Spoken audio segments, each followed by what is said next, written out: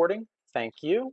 Welcome everybody to the May 2021 meeting of CB1's Land Use, Zoning, and Economic Development Committee. I'm Patrick Cannell, chair of the committee.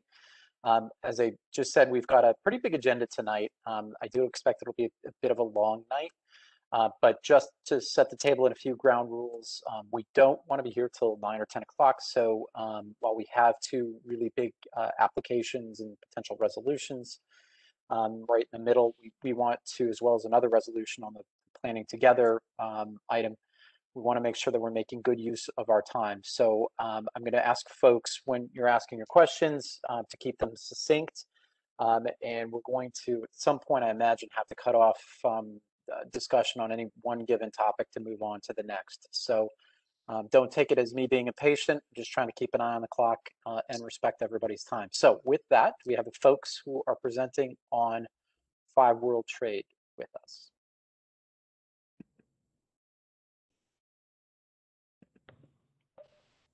Patrick, good evening, everyone. Still filtering in. I just want to check in to make sure if you have everybody. I know I just got a message that Holly is having trouble joining. Yes, Holly's having. Yes, good evening, everyone. I'm on, but Holly's having trouble joining, and we need her for the beginning part of the presentation. So if we can just afford her another minute or so, I'm going to go ahead and share the slides for the presentation, and hopefully Holly should be joining shortly. I can see Dara on as well. Hi, Dara.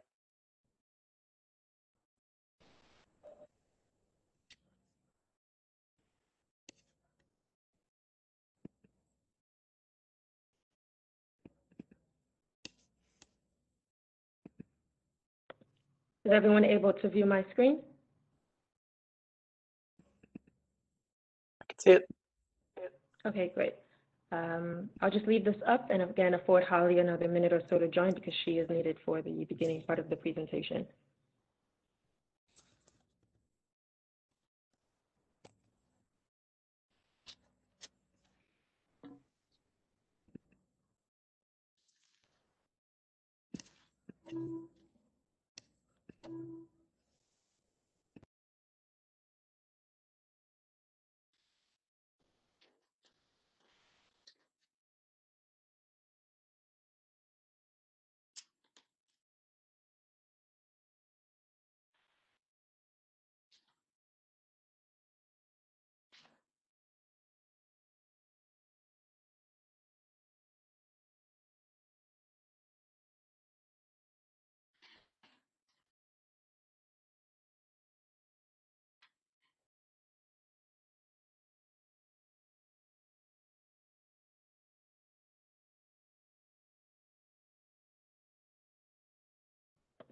Again, everyone, I apologize for the delay. We'll afford Holly another minute or so, and if not, I'll get started on the presentation. We'll reshape the structure of our slides, and Holly will join shortly.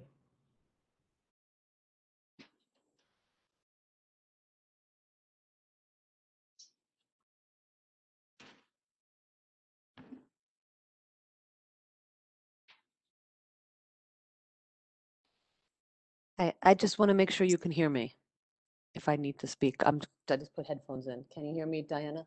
We can hear you. Perfect. Thank you.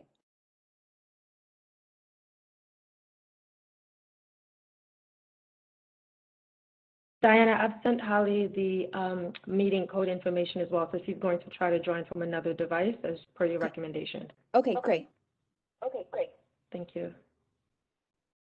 Toby, is there a way you can just sort of introduce who's going to be speaking and give us a little outline of the presentation? Sure, sure. Well, good evening, everyone. My name is Toby Jayasimi, and I serve as the project director for ESD for World Trade Center Site 5. We'll be joined tonight by Holly Leicht, who's our EVP for Real Estate and Public-Private Partnerships. We're also joined with not necessarily a direct speaking role, but as part of the project team. Our co-public sponsors on this effort is the Port Authority. We have Matt Pedersen. We also have Michael Lavery on the line as well. I believe we also have Jolene Yates from the Port Authority on. And then from the development team, representing the joint venture, we also have Maria Mathley and Dara Quaylen on as well. And for tonight, for our agenda, what we're going to do is we're going to run through some of the background on the site, give folks some history, speak to the RFP and the process and how we got here.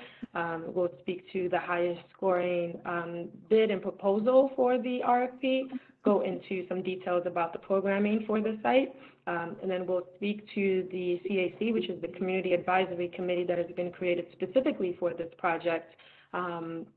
Talk about timeline in terms of where we are, what the next steps will be, and then we'll transition into opening up the floor for questions and hope to have a good dialogue and conversation with folks. So that is our current plan. Really excited, and thank you for the opportunity to be before you tonight.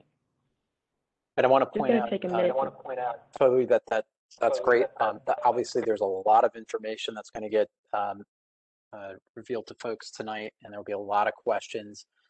Just want to remind everyone this is the beginning of a conversation. This isn't an application. This isn't something we need to decide on tonight or weigh in on tonight.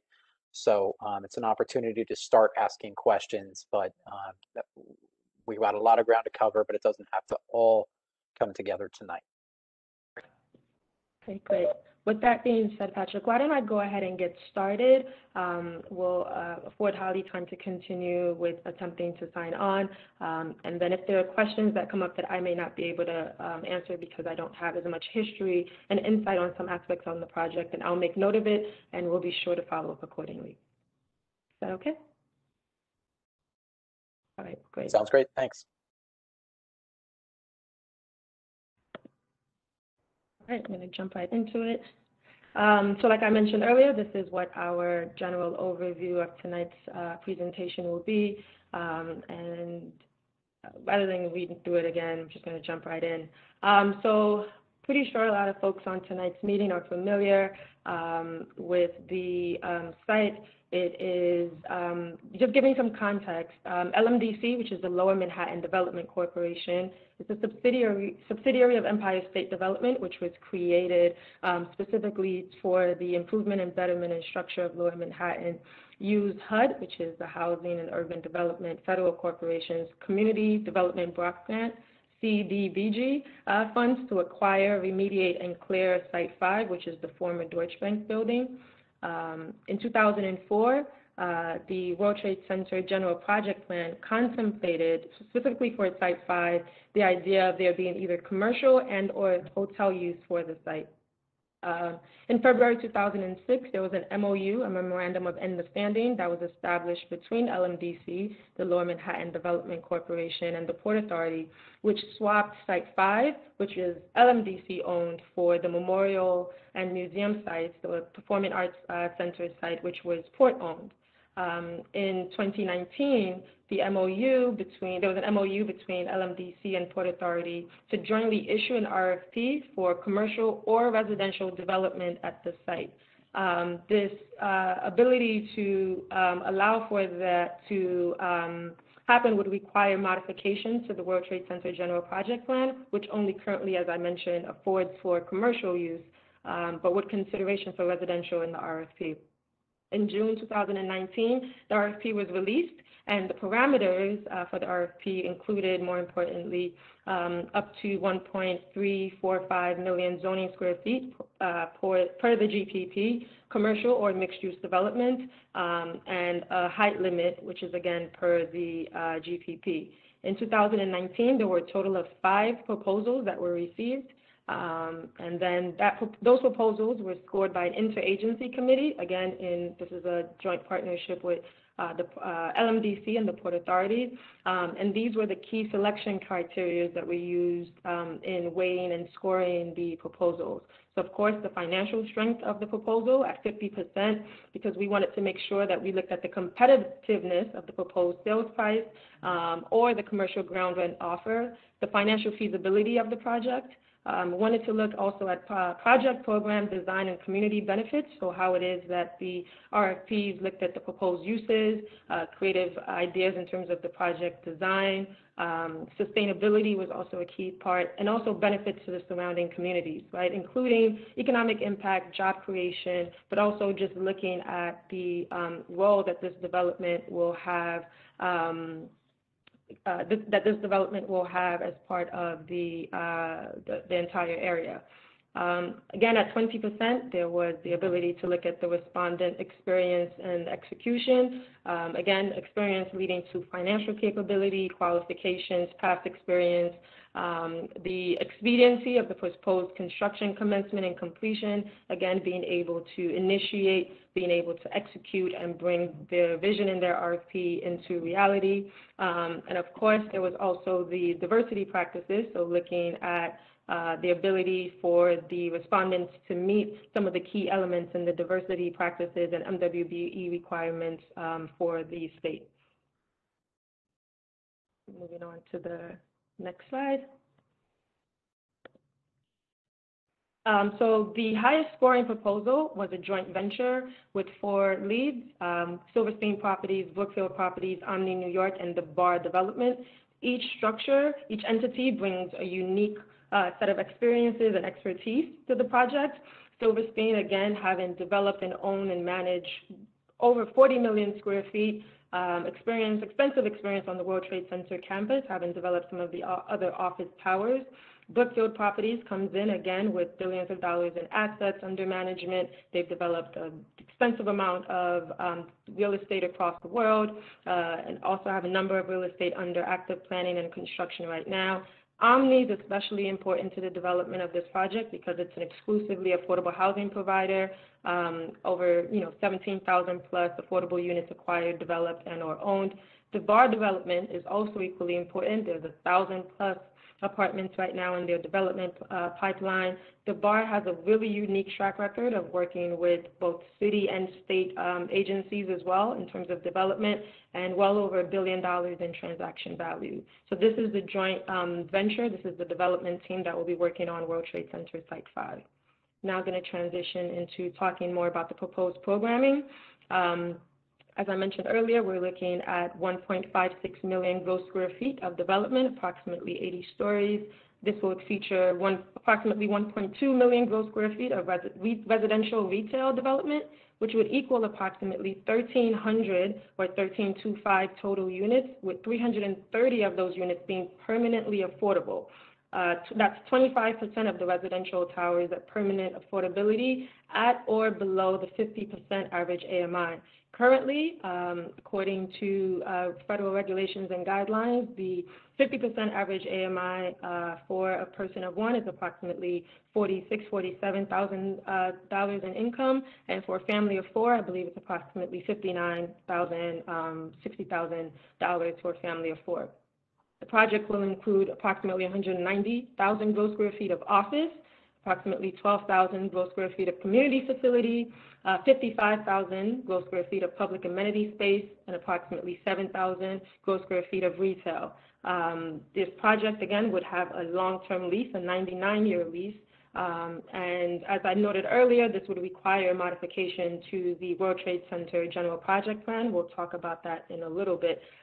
Wanted to note that for the key aspects of programming for this tower, there hasn't been a specific operator or vendor that has been selected, and definitely as part of our community engagement process, we'll be looking to getting ideas and feedback from the community about how to best maximize on the programming opportunities that's available for the site.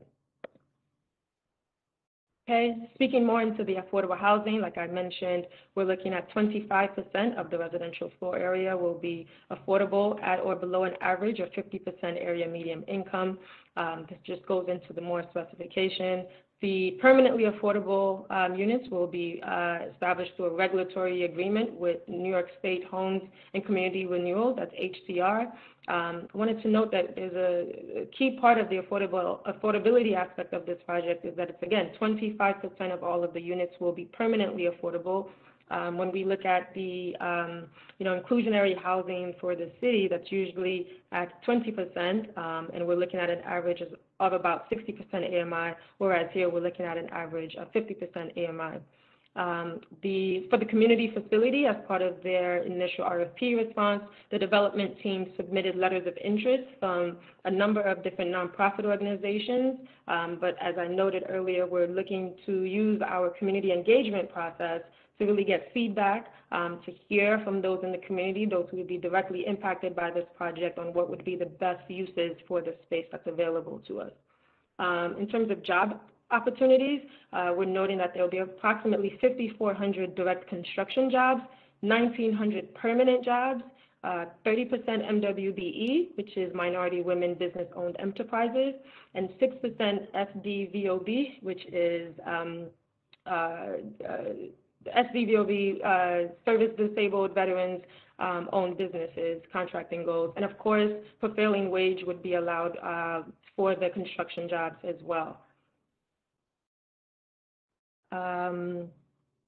Just looking closely at the proposed design, these two images, again, are just renderings. Initial renderings just show the relationship of the podium of the tower with the rest of the area. We're looking at interesting uses that look at the architectural heritage of the financial district, special attention to the masonry and the frames. The podium, again, provides for there to be a welcoming entryway for the potential office uses and also for the residential uses, and the relationship of the tower to both Greenwich Street and to Albany Street as well. In terms of next steps, so in February 2021, both the LMDC and Port Authority boards approved conditional designation of the development team that I just explained to you guys and introduced to you, gave you an overview of the programming, where we are in terms of next steps. Top of the list is community engagement. It's part of the reason why we're here, to introduce the project to you and to also take the opportunity to hear, to listen, and to process the feedback that's offered to us. The development team will work on advancing the programming and design of World Trade Center Site 5, and the ESD team, of course, led by our project staff and also with our consultant team, will be conducting an environmental analysis to take a closer look at the project. In the fall, we expect to go before the LMDC board to take initial action on the MGPP. Now, I'll take a minute. I understand that I've been using a lot of acronyms, and I'll try not to use too much alphabet soup here, but the MGPP would be the modifications to the general project plan. As noted earlier, we'd be allowing for there to be modifications to ensure that there is residential use that's permitted at the site. There'd also be, the LMDC board would also make determinations on the environmental review according to state and federal guidelines, and also start the disposition process for Site 5 to ESD. At that point, we'd initiate public hearings and public comment periods to be able to get feedback from the public about these actions. In winter, so by the end of this year into early 2022, we expect to go back before the LMDC board for them to consider the public comments, to take action on the MGPP and disposition of Site 5, and then for the ESD board to also take action on the acquisition of Site 5 and the long-term lease by the developer. In the spring and summer, by second quarter, third quarter 2022, we hope to have worked towards the final public approvals for the project. As I noted earlier, there's been a community advisory committee that's been established specifically for World Trade Center Site 5. CACs are something that ESD has established for a number of its different real estate projects. And so for the World Trade Center Site 5, here we see the representatives. We have elected officials, the Manhattan Borough President, the Congress member Gerald Nadler, Senator Brian Kavanaugh, Assemblymember Yuling Niu, Councilmember Margaret Chin. And then for community organizations, we have representatives from the Alliance for Downtown New York, the BMCC, Borough of Manhattan Community College, the FIDI Neighborhood Association, the Greek Orthodox Church, the Manhattan Chamber of Commerce, Manhattan Community Board 1, the Perman Performing Arts Center, and the 9/11 Memorial. And so, again, thank you all for affording me the opportunity to run through kind of some background and some programming on World Trade Center Site 5. I can stop sharing at this moment and take questions. I believe I've been joined by my project team. I believe Holly Leicht is on, so I'll stop now to afford her a few minutes to be able to give any remarks or clarify any statements that I may have made, and then we'll jump into the question and answer session. Thanks, Thanks, Toby. Toby. Nothing to add. I think we can just turn it back over to you guys for questions. Great. All right, so folks, the way this works is we go through committee members first and then to members of the public. I saw Justine had her hand up. Please use the raise hand feature. I'm getting some feedback from somewhere. I'm not sure why. Diana, just to note that. Yeah, just a reminder, if you're not speaking, please make sure to remute yourself. I think that's what's causing the echo. I think I've got it for now, but if everybody can help us with that. Oh, I'm still hearing there it is. Do your best to remute, and I'll do what I can on my end. And I will do the same. So calling on Justine. Justine? Okay, does that cause echoing? Or you're good? Okay. So I guess my question, first of all, thank you for this presentation and thank you for the comprehensive overview and also letting us know, Patrick, to you, saying this is not the end of the discussion, but the beginnings. That makes me feel positive. I'd like to just sort of comment about the affordable housing component. So I guess it was probably a big lift to get any kind of residential building built at World Trade Center 5. So thank you. And the second part of it, though, is with the affordable housing.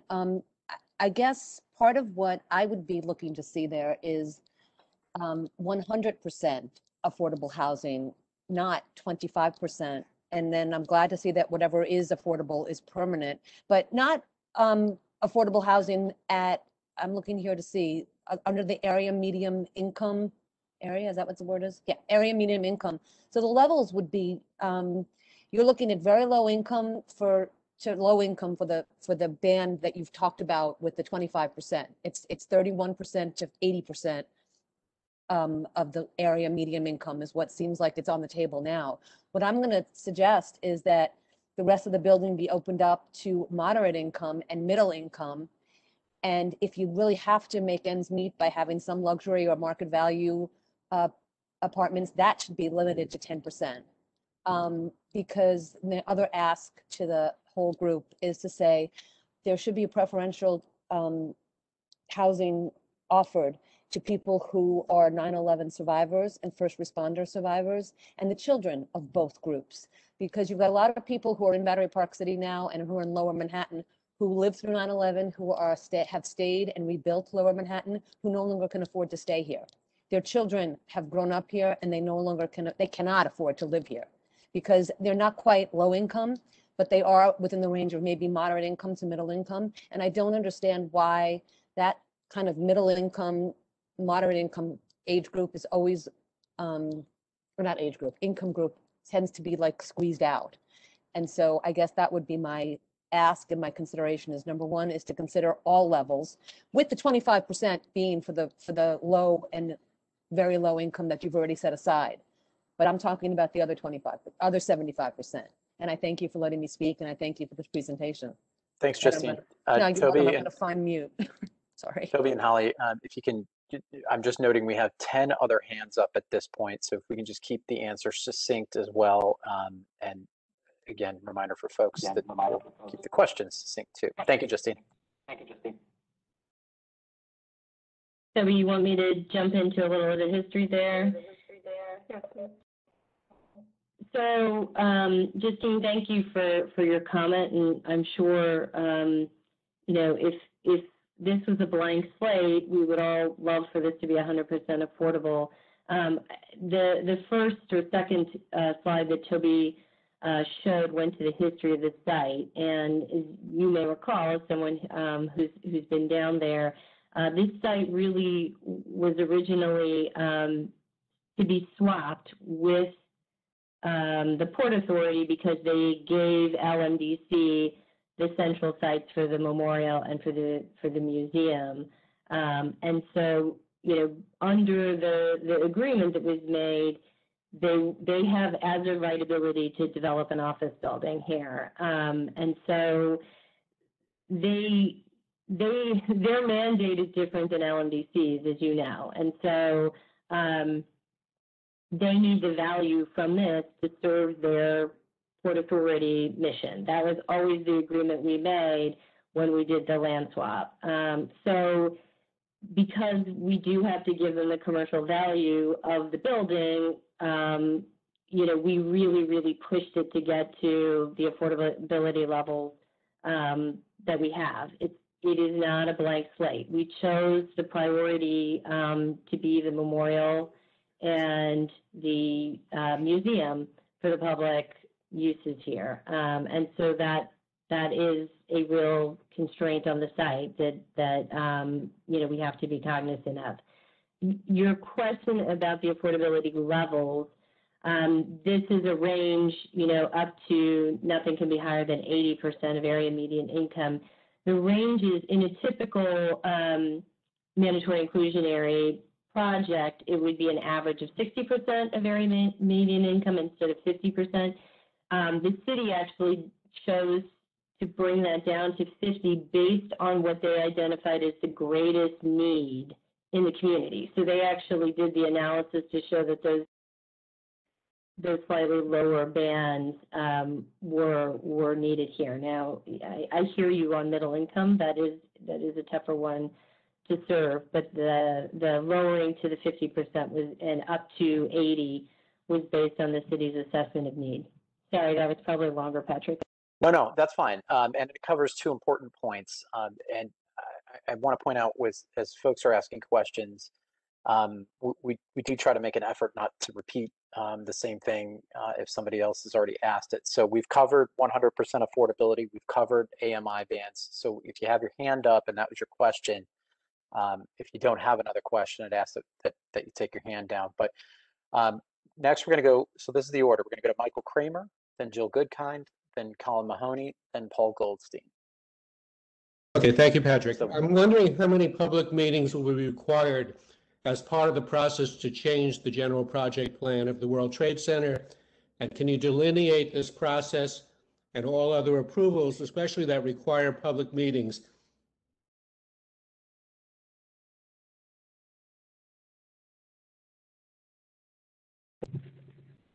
Toby, do you want to take that, or you want me to?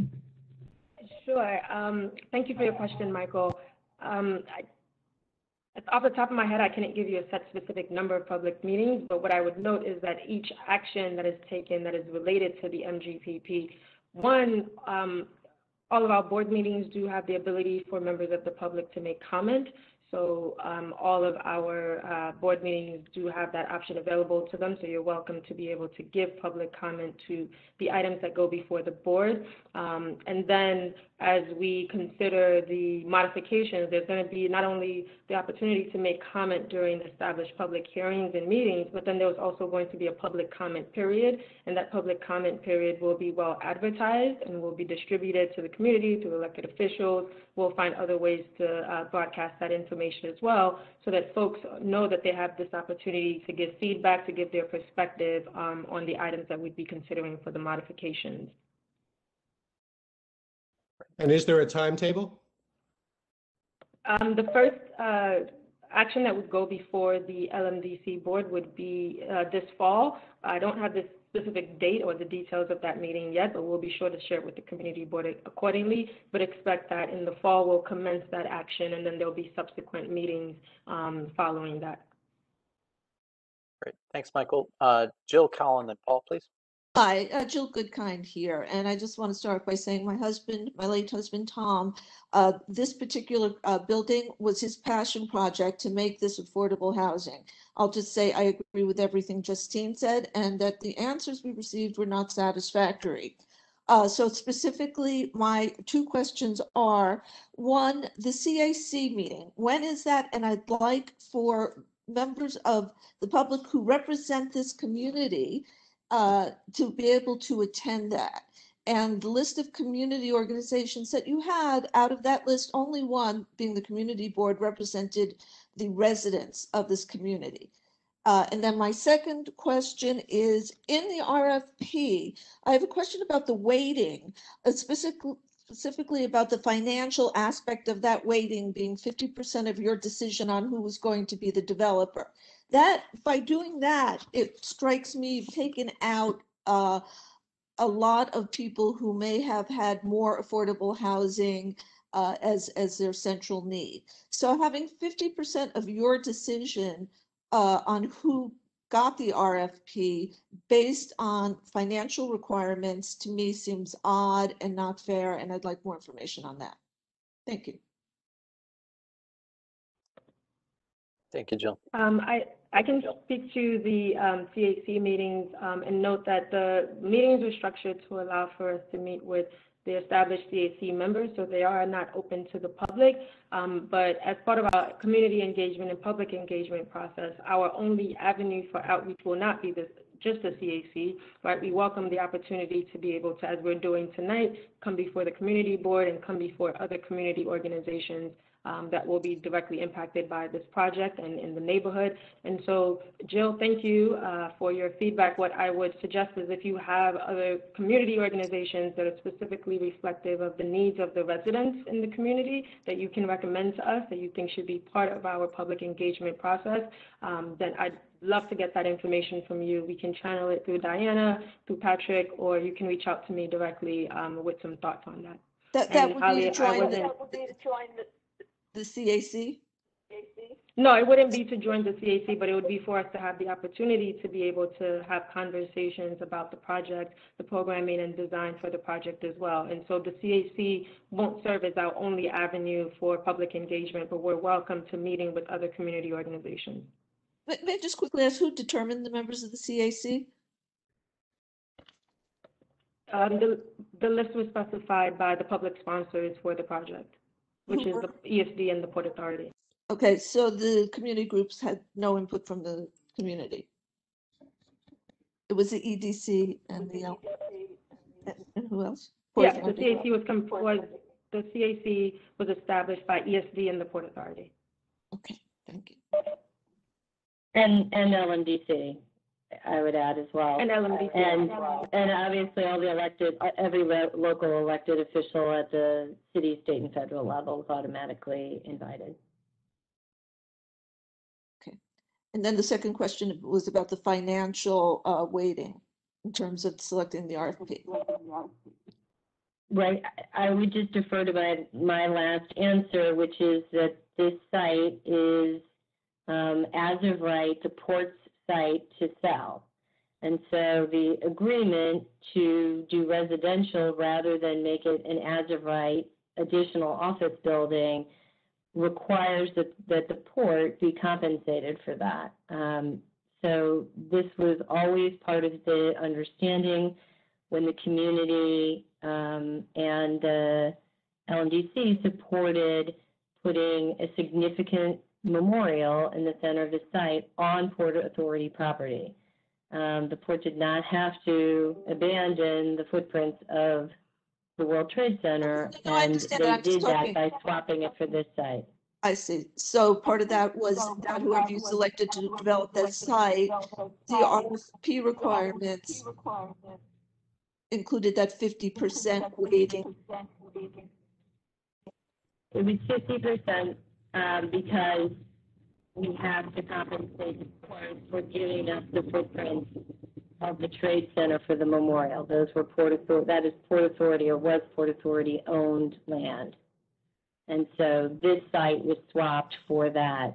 So they need to be, compensated for the fact that the public got the memorial site and the museum site in exchange. Okay, thank you.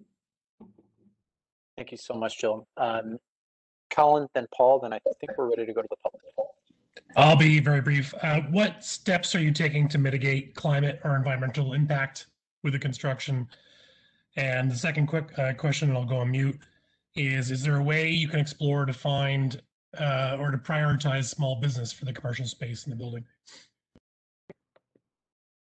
With regards to the environmental, the climate impacts, there's a full environmental review that will be done as part of the process for this project. And so if you recall earlier when I spoke to the preliminary timeline, one of the items that will happen this fall, third quarter or fourth quarter, would be that we'd come before the LMDC board with regard to the determination for the environmental analysis according to both state, which is SECRA, and also federal, which is NEPA regulations for the project. So that will include, you know, an analysis with regards to air quality, traffic impacts, quality of life impacts, potential construction impacts as well. So there'll be a full analysis that's being done by ESD's environmental review team and also our consultant team as well. And so, you know, again, all of that, those informations and that findings would be, of course, made public, and there'll be an opportunity for there to be public comments on that as well.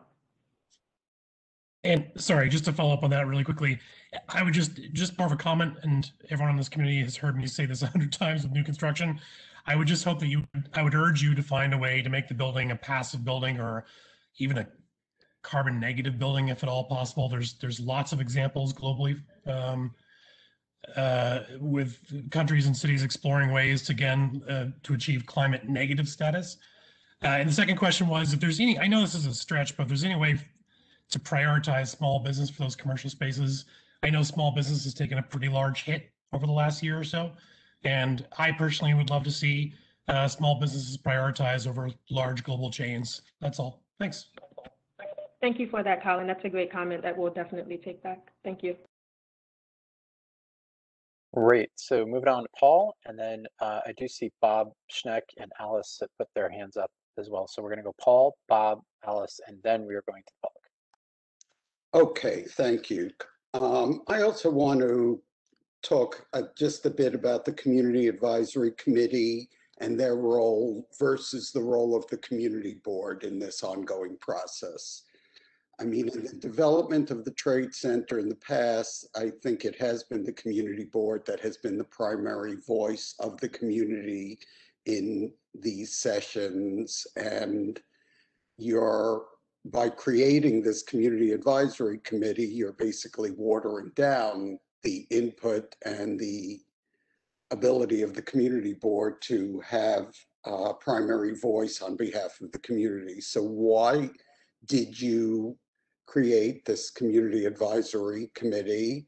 And don't you think that will diminish the role of the Community Board? What kind of role do you envision for the Community Board moving forward? Can I give you a break and answer that, or you want to keep going? So the reason we create community advisories is part of the UDC Act. And UDC Act allows us that opportunity to get extra input in a very candid space, and where we can appoint people, invite people, and just have a very open, candid conversation. What that really does is allows us to have the community advisory plus the community board. Just as we're here tonight in this, I believe Brian said at the beginning, this is the beginning. And so we have an opportunity to come before the community board, the committees, work with the district manager, work with the chair throughout the entire process. Also, we shouldn't forget there are 3 community board members on the Community Advisory Committee. So it's really, think of it this way, it's a twofer. It's not diluting, watering down. It's an opportunity for us to come before you, the public, and get feedback there. Then there's an opportunity for us to have candid conversation as well. Thanks. So that was Marion Phillips, who's with ESD. I think your title is Senior Vice President of Communications, right? Community Relations, yes. Great. Marion, thanks for jumping in and helping to clarify that. I just wanted to give Toby a break. That was it. Sure. Okay, so Bob and then Alice. Okay, I just wanted to offer what I'll call a reality check here. And that is that we are on the outset of a COVID recovery in downtown. And this is, or strikes me as, really an opportunity to rebuild better what's downtown, because I see lots of commercial devastation down here, and many of my neighbors still haven't returned. And I found out that many of the large businesses I know aren't going to return till next year. So what do we really need downtown? Firstly, we don't need overbuilt luxury housing. We don't need hotels, and we have less need than ever of additional commercial space. Even the it's going to take a while to get all of the World Trade Center buildings kind of filled up, even before we build World Trade Center 2. So that need isn't what we have. But what are the priorities? The priorities are affordable housing, especially middle income. We need infrastructure, especially schools and transportation. And we really need a genuine small business recovery downtown because we're in trouble. Some of the opportunities I think that we have is to develop performing arts. And one of the ideas, we're going to have a remarkable performing arts center. One of the ideas that Tom Goodkind had was to have artist housing downtown. And in particular, he often thought of West Beth as a kind of model for that. And I often wondered whether World Trade 5 would be an opportunity for that. Following on to Colin's suggestion, this really has to fit local law 97 and really be a highly ecological building. And it's an opportunity for very appropriate design, very appropriate leadership, net zero design here. Finally, I think that we really need to understand what community benefits are going to be had for the downtown community coming out of this project. And also, I think that the community board should be given financials of how much money is being transferred here and how much profitability there are to the developers and how the community can benefit from all that. So that's my offer of a reality check. Thanks, Bob. Does anyone from the presenting team wish to respond or address any of those comments? No, Bob, thank you for that. Those were all well received, and we'll definitely circle back with the team. Okay. Alice, you're going to be next. Before we do, I just want to point out some folks have submitted their comments in writing, specifically pointing to Mariama, who points out that she has joined in Justine's comments. Those were submitted in writing. And I know at least one member of the public also submitted a list of questions in writing. That's a great way to handle some very specific questions or a longer list of questions. If you're able to get those by email to the community board, we promise to get them to the Site 5 team and get back to you with written responses to those. With that, Alice? Thanks, Patrick, and thank you to the presenters. Just a few questions on the public space aspect of this. So could you just review that you have 12,000 square feet of community space and 55,000 square feet of what you're calling public amenities? Could you just define that a little bit? I know it's very schematic at this point, but could you just provide a little more insight as to what that is? And then in that vein, how much, if any, public space will there be at the ground level? Is there any outdoor public space that's part of this program? So you want to have Maria or Dara maybe speak to them? Sure. Hi, Alice. I'd be happy to talk about that. So there is between 11 and 12,000 square feet of community space, and we welcome any ideas and suggestions for the use of that space. When we submitted our initial proposal to ESD and the Port Authority, we got some letters from local organizations who we thought might be a good fit, but I think part of this process is to determine what the community really needs and wants for that space. Right now it's envisioned on the second floor of the building with its own entrance. So, you know, because of the very small or smaller footprint of Site 5, there isn't a plan for outdoor space. You know, everything will be within the building envelope. So if anyone does have ideas for organizations or for uses of that space, we'd be absolutely open to it. So just let us know. Thanks so much, Dara. And then the 55,000 square feet of public amenity, what was that? Or did I read that wrong? I'm wondering if Maria is able to talk about that particular piece of space. Otherwise, we'll get back to you on that. No, we'll get back to you on that one. That would be Okay. great. I mean, our understanding was that that was a proposal for sort of a fitness gym center that would be open to the public for joining as well as, the residents, not just for residents. I'm sorry, I That's- couldn't I make that believe out. that What did you say? I'm sorry, could you repeat it? Sure. I believe in the proposal, and if I'm wrong about this, that the understanding was that that would be sort of a fitness center, gym space that would be not just for residents, but also open to the public to join. Yeah. Health and wellness. Something that one would have to pay for to join, or would that be free to the public? No, it would be paid membership, but open to the public as well as the people who live in the building. So essentially, very little, it sounds like. Um, I guess the last point I want to make, and I really appreciate all the points that Paul, particularly Goldstein, was making on the CAC. In the interest of, the open and candid, which are two great words there, is there some way that we could assure that the public could attend without being able to speak, perhaps, but to at least be able to attend, like many board meetings that certain organizations allow for the public to attend? They're not necessarily involved in them. Is there some reason why that couldn't be arranged so that they may not be on the CAC, but that they can listen? I think that would be very helpful to the community and frankly to this team that's working on this project. One of the things am I being heard? Yeah, Mary. A little bit Okay. hard to hear.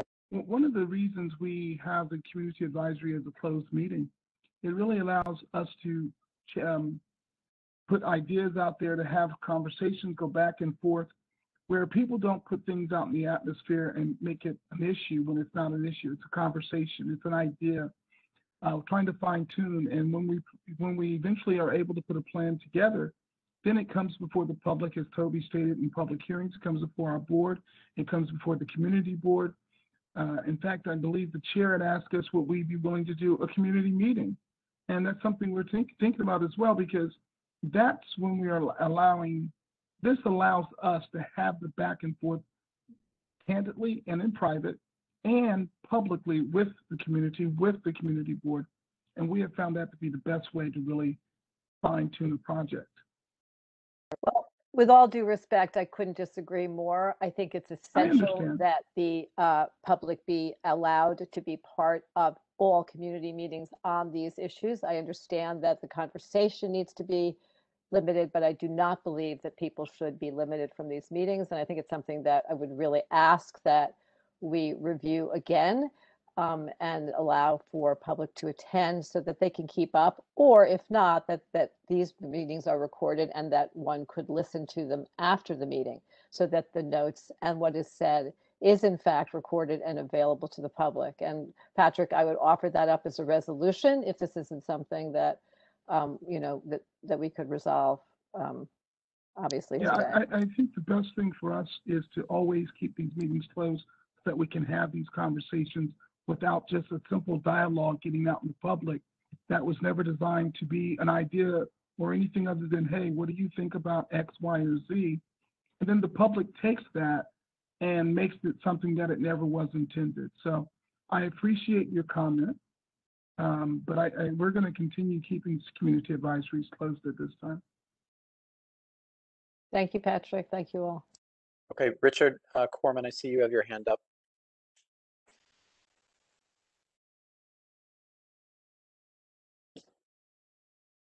Richard, if you're able to unmute, otherwise we'll move on. I think I have it now. Is that right? There we go. There we go. Hi, thank you for the presentation. Certainly, it's good to hear that we have an opportunity and some time in front of us to weigh in on this incredibly important and monumental project for Lower Manhattan. I want to follow up a bit on the affordable housing comments that you heard earlier from Justine, not to repeat them, simply to say, first of all, that I support that concept entirely. At least the idea of a structure that generates far more affordable housing than we have. What I wanted to know is, from what I heard you say, that to me, the situation with the Port Authority is not fully clear. What's been negotiated, how final those negotiations are, whether there's an opportunity to reopen those negotiations. And so my question to you is, what is the status of that? Should the public and elected officials decide that in fact they want to change this deal and create affordable housing at a much greater scale than is already in the project, how can that be done? And when can that be done? And what would it take to make that happen?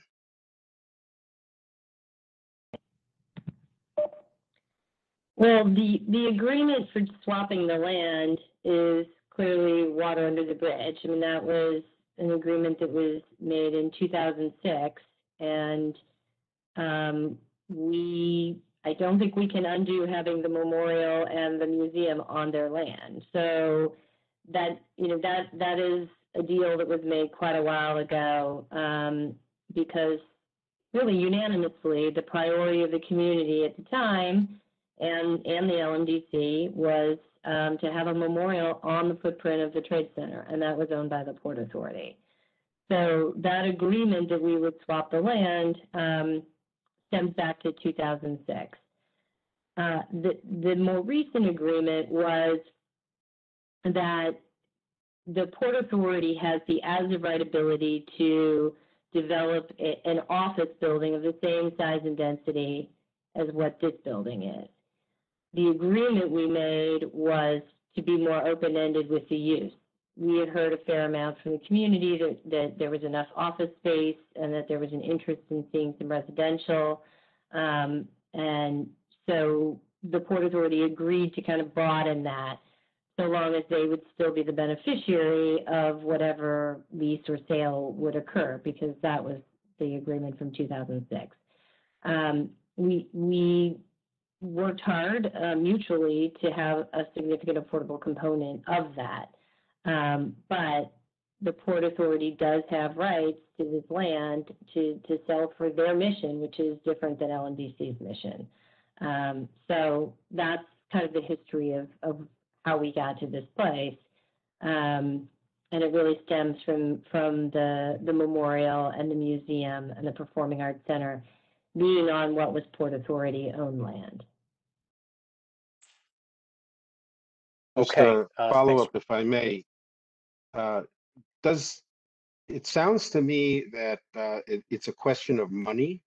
Is it a question of money? And could the Port Authority be compensated in such a way that in fact the use structure that's been agreed to can be changed?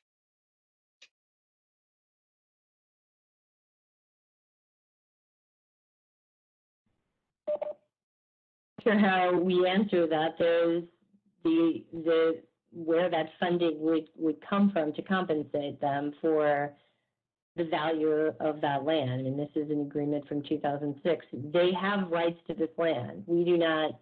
This is their land by the agreement to swap the land.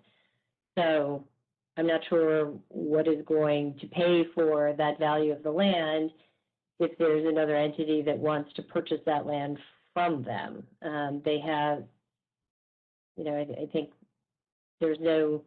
This is their land. They have every right to go build an office building on this land at this point. That is as of right. We don't have to go through a modification of the general project plan for them to build an office. They could do it tomorrow. The project plan is to enable residential with 25% affordable. Otherwise, we walk away and they build an office building when the market is there to build an office building. Okay, thanks, Richard. Michael Francoeur has his hand up, and then we really need to move on to the members of the public. I see at least 7 or so hands up. Michael, are you able to unmute? Yes, I am. Thanks, Patrick. And I'll try to be brief. Thank you. Because primarily I do just want to echo the very thoughtful comments and questions by other members of the committee. Given that this is, the rare kind of publicly owned, I do understand it's authority owned, but publicly owned plot of land in a densely zoned neighborhood, the opportunity. I do want to thank the LMDC for pushing and getting residential, and I'm so glad to see that there's some affordable there, but I echo everyone's interest in bringing as much affordable as possible. To the comments about Port Authority's prerogative and interest in missions, is the Port Authority going to be a part of all of these public sessions and public comment periods? And just to I guess second Richard's line of questioning, is there a sense that this is as far as the Port Authority is willing to go in terms of affordable? Is there like some line in the sand as to how much money or money that the Port Authority wants return for this property?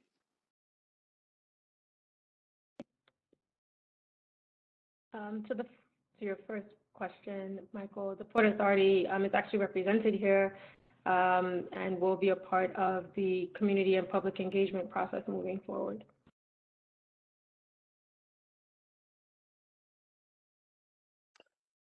Okay.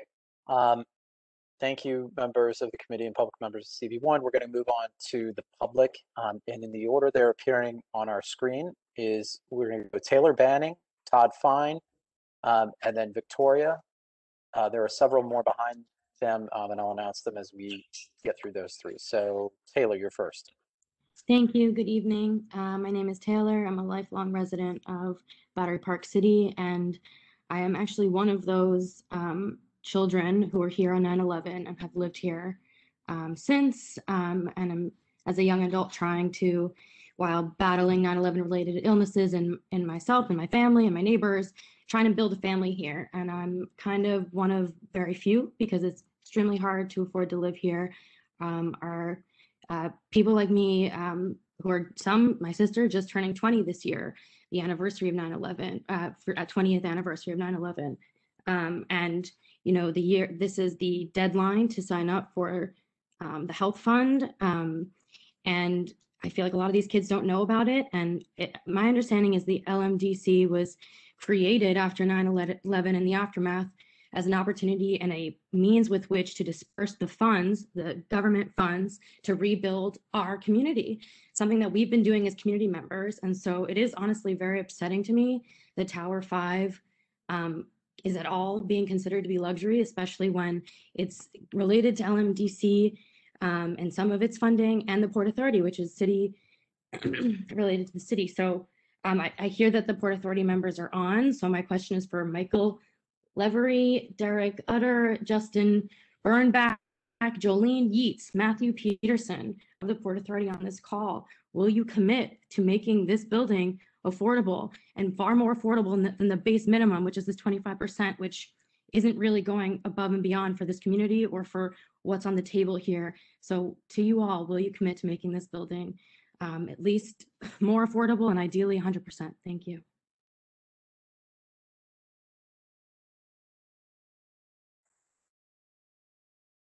Thanks, Taylor. Who from the port would like to field that? Hi, thank you for your feedback, Michael Avery. That's all I can say is, we welcome your feedback. We can't commit to that at this time. Okay. All right, so we're going to go Todd Fine, then Victoria, then Linda Roche. Yes, hello. I'm Todd Fine. You can hear me? We can. Yes, I'm the president of the Washington Street Advocacy Group, and I sent a lot of questions, which I appreciate you saying could be completed in writing. I'd first just like to say that 2 years ago, the LMDC came before this committee, this community board, and said that if a residential bid won, it would have to legally be a sale. It would have to be a sale of the property, and CB1 would be involved in spending tens of millions, maybe $100 million in benefits to benefit Lower Manhattan. Now we're told that it will be a lease and there will be no money to benefit Lower Manhattan. I'm surprised that Community Board 1 is not making a bigger deal about it. And the fact that it's a lease also contradicts a lot of these arguments about the return to the Port Authority, because it's now not a substantial gift. It's a murky lease with the structure we don't even know. So I don't think we should buy this argument that the Port Authority is insisting on this lease revenue in order for compensation. It doesn't quite make sense. My question is, what rights would the September 11th Memorial and the Performing Arts Center receive as part of the land transfers? Could they potentially sell their rights to other parties or put them up as loan collateral? And would they at any time in the now or in the future potentially be given access to air rights as part of those land transfers? Thank you. Thanks, Todd.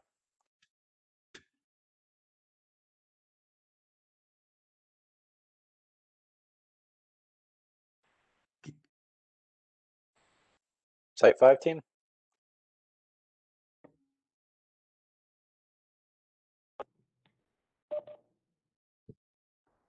I think I'd want to get back to you on the specifics, Todd, about the air rights. But I think that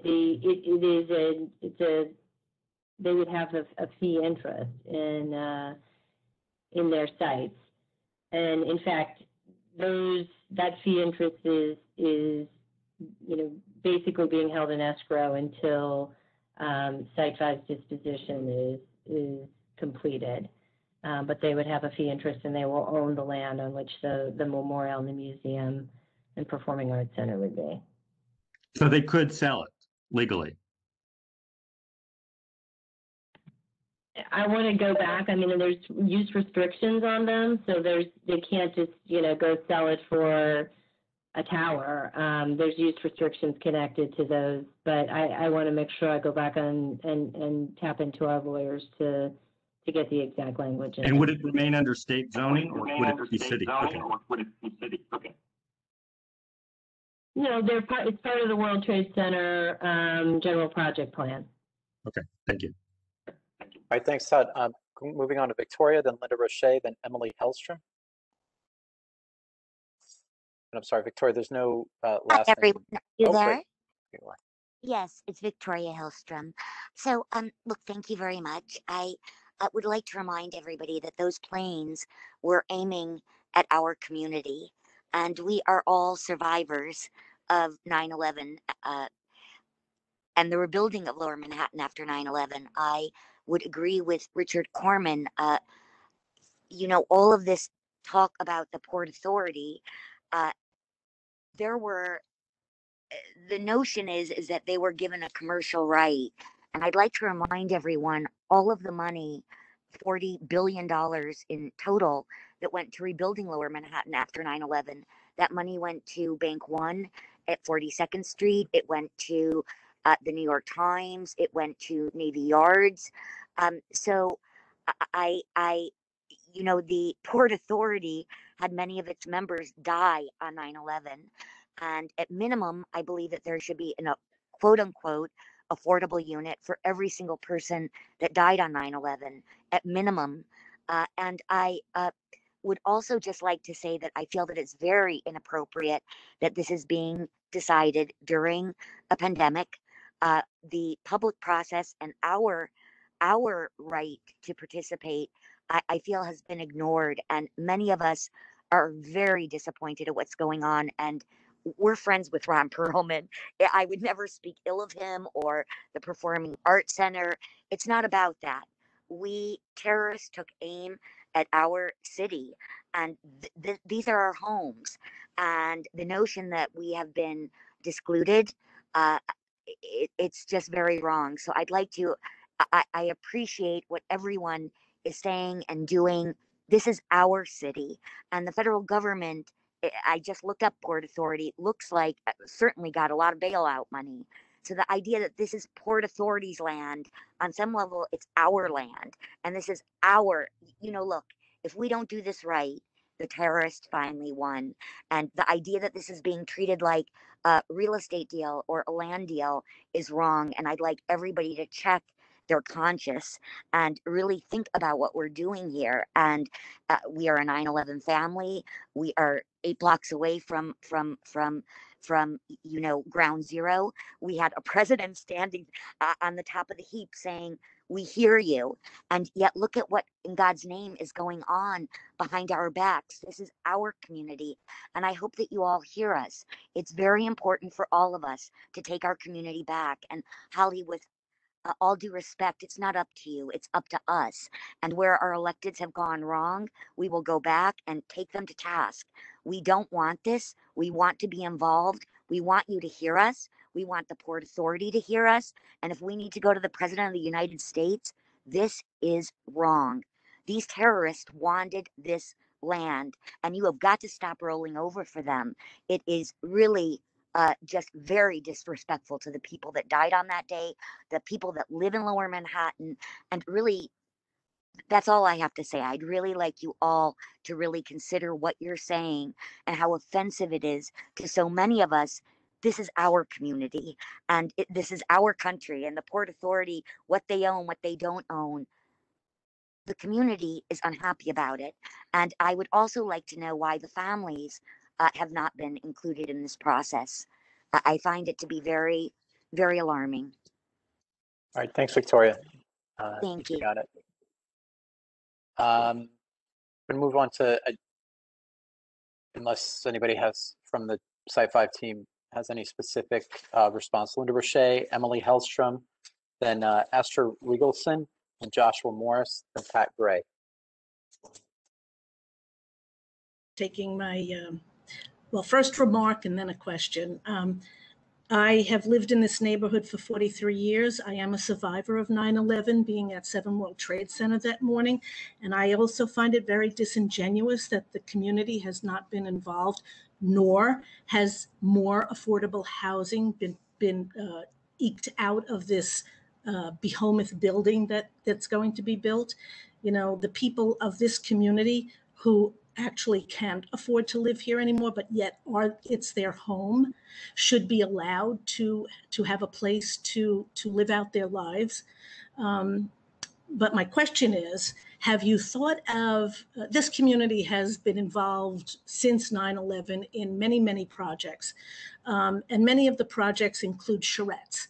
Have you thought about charrettes that would include the community, not the Downtown Alliance or the whatever other community amenities? I'm talking about the people of this community, and I think it would be very worth your while to do that. So hopefully you'll take that suggestion. Thank you. Thank you. Thank you for that. We'll definitely work on further engagement with the community board, community organizations, and also consider hosting larger public meetings as well. Thanks, Linda. Emily Hellstrom, Esther, and then Joshua Morris. Thank you so much for allowing me to speak, and thank you to Community Board 1, who continues to fight so hard for the things that our community needs and wants. I'm just looking right now at a Real Deal article for May 7th. The headline is "FIDI Condo Glut is Through the Roof."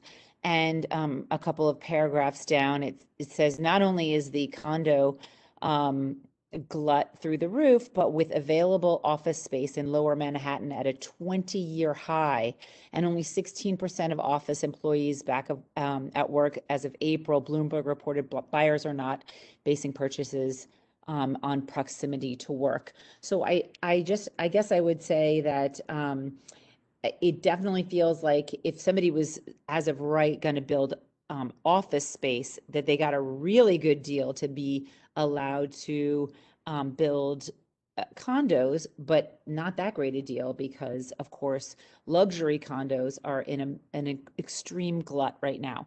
I think that what the community really feels is though when we have things like private authorities or authorities that are really supposed to be public, but they somehow are able to not be a part of the community process, like subject to open meeting laws and have the community directly involved, that's when either the community gets distrustful, and maybe it's not for the right reasons, but the fact is that we must have open meeting laws so that we don't lose faith in our government and our public process. So I would suggest first open meeting, and then also we really must consider the fact that this is public land, and I understand that the Port Authority does want to have compensation and they have goals, but the fact is that the museum and the memorial are visited by literally hundreds of thousands of people pre-pandemic. The city is really making money off of a tragedy that we all must remember, but that money should not be seen as something that cannot go back into affordable housing. We have said that the stated goals are both federally, state, and in a city level for affordable housing. We must keep our eye on that ball. Thank you so much. Thanks, Emily. Just a quick clarifying point for the Site 5 team. This will be rental and not condo, correct? Okay. That's correct. It's rental. Yes.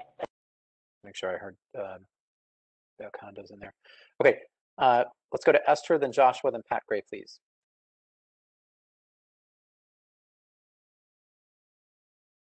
How do I unmute? Hello, can you hear me? We can. Okay. Thank you. I've lived in this community for about 40 years, and after 9/11, I attended LMDC meetings about the demolition of the Deutsche Bank. And guess what? You all did not listen to the community. The community was there. We told you how to take apart that building carefully, and 2 firefighters died in the process. And I think, once again, we're not being listened to. I think if you listen to everyone that's spoken here tonight, you can see there are things that we want, and sadly, I think we're not going to get. We want as close to 100% of affordable and low-income housing as possible. When you have low-income housing, you will get more diversity in this neighborhood. We need that. We need small businesses supported. We need our environmental concerns met in the building of this huge structure.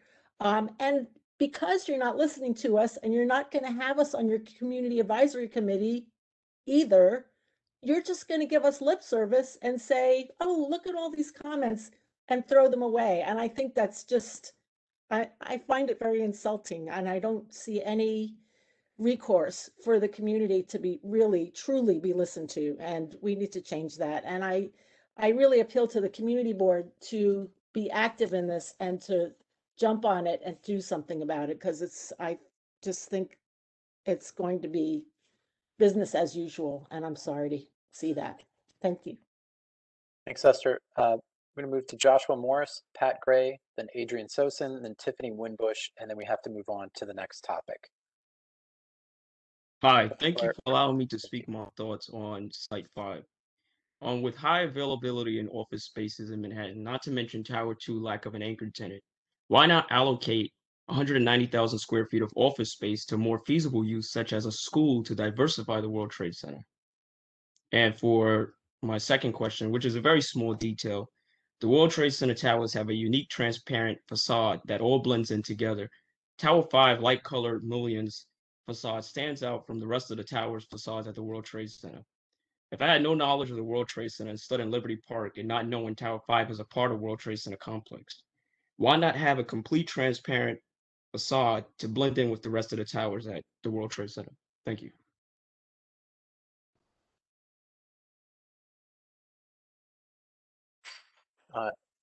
Any quick response to that from the team? Holly looks like she's trying to unmute. Yeah, I would just say quickly that the design is still preliminary. We did get some feedback that the masonry, the kind of connection to the southern part of the neighborhood as opposed to just the Trade Center site would call for some masonry elements, but I think the architecture team is still taking everything under advisement, so appreciate your comments on that. Great, thanks. Let's go to Pat Gray, Adrian Sosin, then Tiffany Winbush.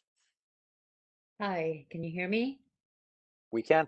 Good, thank you. Thank you for having me on. First of all, I 100% agree with so many of the previous speakers from this area who have spoken in favor of 100% of the new building being for affordable housing at all different levels.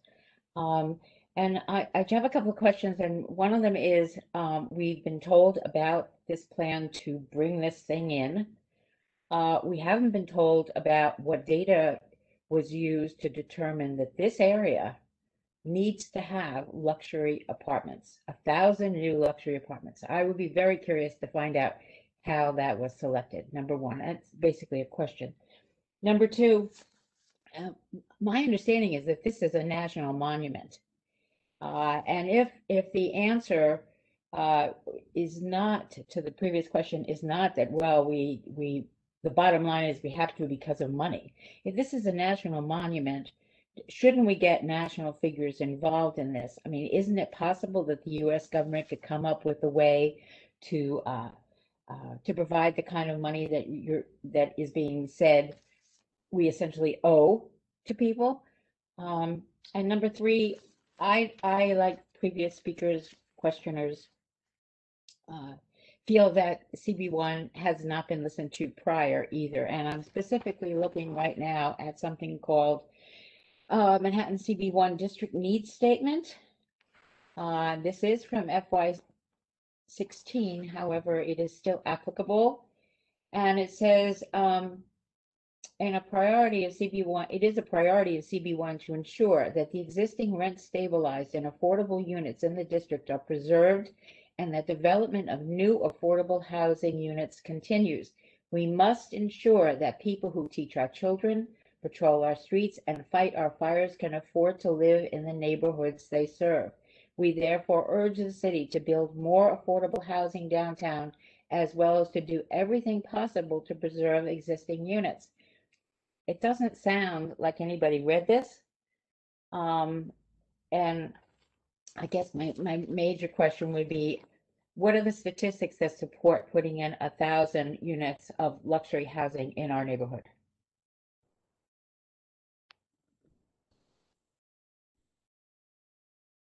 Okay, Site 5 team, any response you want to make, or maybe you have some data that you can supply to Diana and we can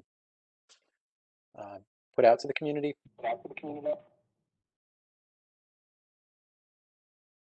I mean, I would just respond that we put out the RFP that you heard about with the criteria, and we received responses that were both commercial and residential, and the residential that maximized up to 25% affordable was the preferred response rather than more office space here, which is what is as of right accepted right now could be built. But, you know, I think we did hear from the community that there was a desire for residential.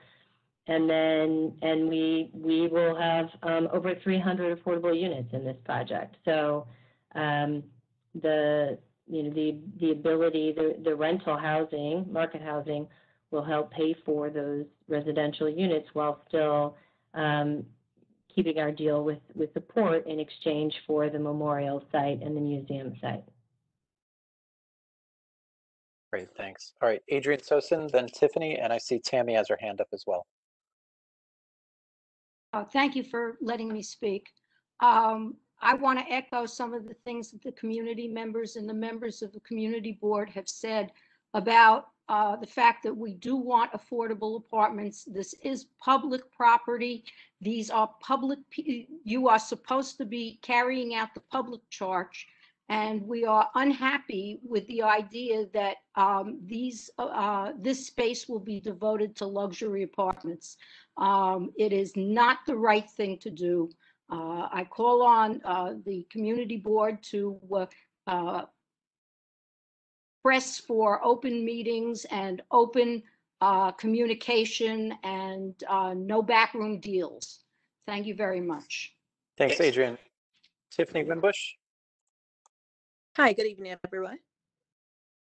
Thanks for giving me a time to speak. Well, I certainly echo everyone's thoughts about affordable housing, so I won't go into that. But one of the topics that I would like to discuss is the availability of community space. I know that is has been discussed in this particular instance, and we've seen in other cases where developers have offered community space, and unfortunately, it's not open and available to the community. It, takes a reservation or certain, times of the year that it's available. So whatever space that is allotted to be open for the community, I am really pushing that it is open and it is available as much as possible, and that, families will be able to benefit from that. The larger neighborhood will be able to benefit from that. Because if this is a new development which is coming into the neighborhood, we want to be able to integrate and be a part of it and enjoy whatever community space is available. So I would please ask that is noted as it is being considered, what exactly that community space will look like and what the offerings will be. Thank you.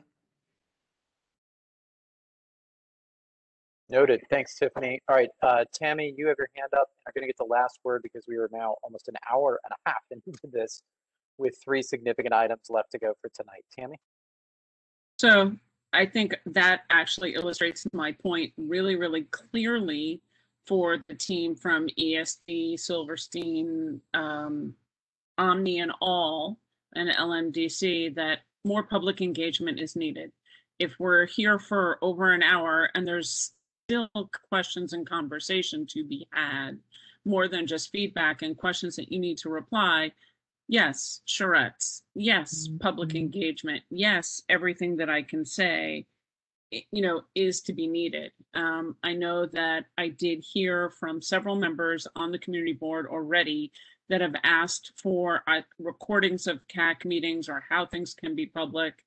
So I do think that you owe a responsibility to come back and let us know what possibilities of public engagement can be confirmed, whether it's from whatever method. I heard what you said and what Mike said about the CAC, but then you need to find a way to have an understanding, whether it's meeting notes or something. Okay, that's 1. 2, I'm really curious about the as of right. I have been here since pre-9/11 and worked in the towers. I don't remember the Deutsche Bank building being quite this tall. So I'd like to know, was the site granted any additional air rights at all from anywhere? And if so, how that may have worked and how that worked in with, quote unquote, making the Port Authority whole, and whether or not we will see the financials on those.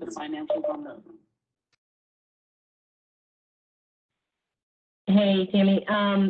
This is the original height from the spiral of the original plan. So we did not add additional square footage or height. Those portions, the only thing that was allowed to be flexible in the RFP was the use, but not the height or density. And who owns the air rights? Who owns the air rights for the other buildings that are swap? Yeah, Todd financed that earlier. Those are restricted to the uses that are there, but we'll get back with more particularity on kind of the legal regulations on those sites. Thank you. Thanks, Tammy. Just a quick clarifying point to what you just asked. I do think that the design, or the proposal at least right now, is taller than what 130 Liberty was before it was deconstructed. But Holly, I think when you said in the spiral, you're talking about the Daniel Libeskind master plan, correct? Right. Okay.